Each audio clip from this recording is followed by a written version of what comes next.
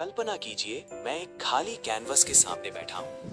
मेरे हाथ में चारकोल का टुकड़ा है और मेरे दिमाग में भगवान गणेश की एक बहुत यथार्थवादी छवि है। यह सिर्फ एक तस्वीर नहीं, बल्कि भक्ति और कला का संगम है।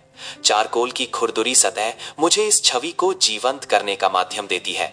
शुरुआत में मैं गणेश जी के मूल आकार पर ध्यान केंद्रित करता हूँ। धीरे धीरे उनकी सूंड, आंखों और विस्तृत आभूषणों को उभारता हूँ। ये एक तपस्या की तरह है, जहाँ हर बारीक रेखा उन्हें और सजीव बनाती है। चारकोल से बनाते समय परतों का खेल बहुत महत्वपूर्ण हो जाता है। छाया और प्रकाश के माध्यम से मैं गहराई और उभार पैदा करता हूं, जिससे ड्राइंग को एक नया आयाम मिलता है। कभी कभी कुछ बारीकियां मुश्किल लगती हैं, लेकिन धैर्य के साथ मैं उन्हें पूरा कर पाता हूं। अंत में जब पूरी ड्राइंग तैयार हो जाती है तो एक अलग तरह का संतोष मिलता है। ये सिर्फ एक चित्र नहीं रह जाता, बल्कि मेरी भावनाएं और मेरी कला बोलती है।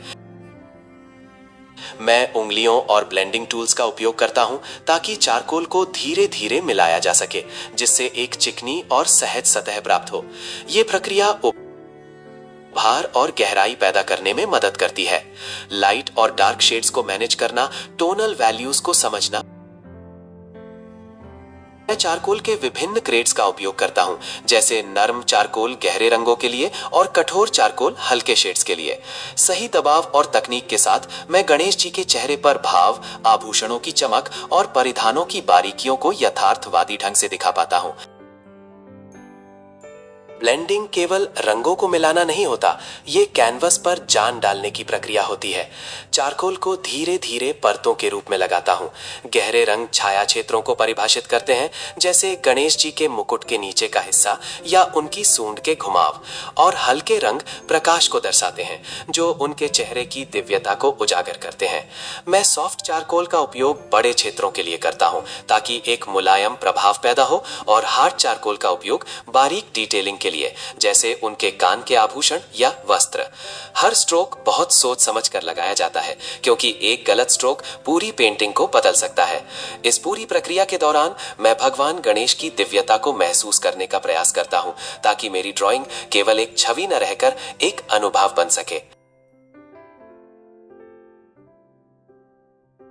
लोग शायद सिर्फ अंतिम कृति देखते हैं, लेकिन उस तक पहुंचने का सफर वो अनगिनत चुनौतियों से भरा होता है। फाइनेंशियली ये किसी तूफान से कम नहीं होता। कई बार तो ऐसा लगता है कि रंगों का खर्च उठाना भी मुश्किल हो रहा है।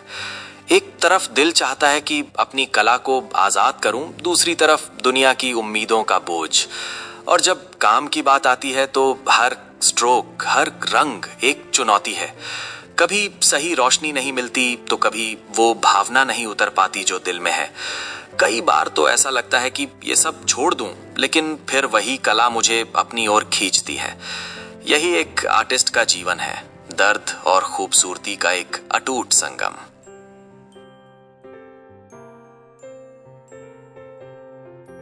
एक आर्टिस्ट के तौर पर सबसे बड़ी चुनौती अक्सर उस खालीपन से लड़ना होता है, जब प्रेरणा कहीं खो जाती है। स्टूडियो का सन्नाटा कभी कभी बहुत गहरा हो जाता है, और फिर जब कलाकृति तैयार होती है तो उसे दुनिया के सामने लाने का संघर्ष। ये सिर्फ बनाना ही काफी नहीं होता, उसे समझाना और सराहा भी जाना चाहिए, जो हमेशा आसान नहीं होता।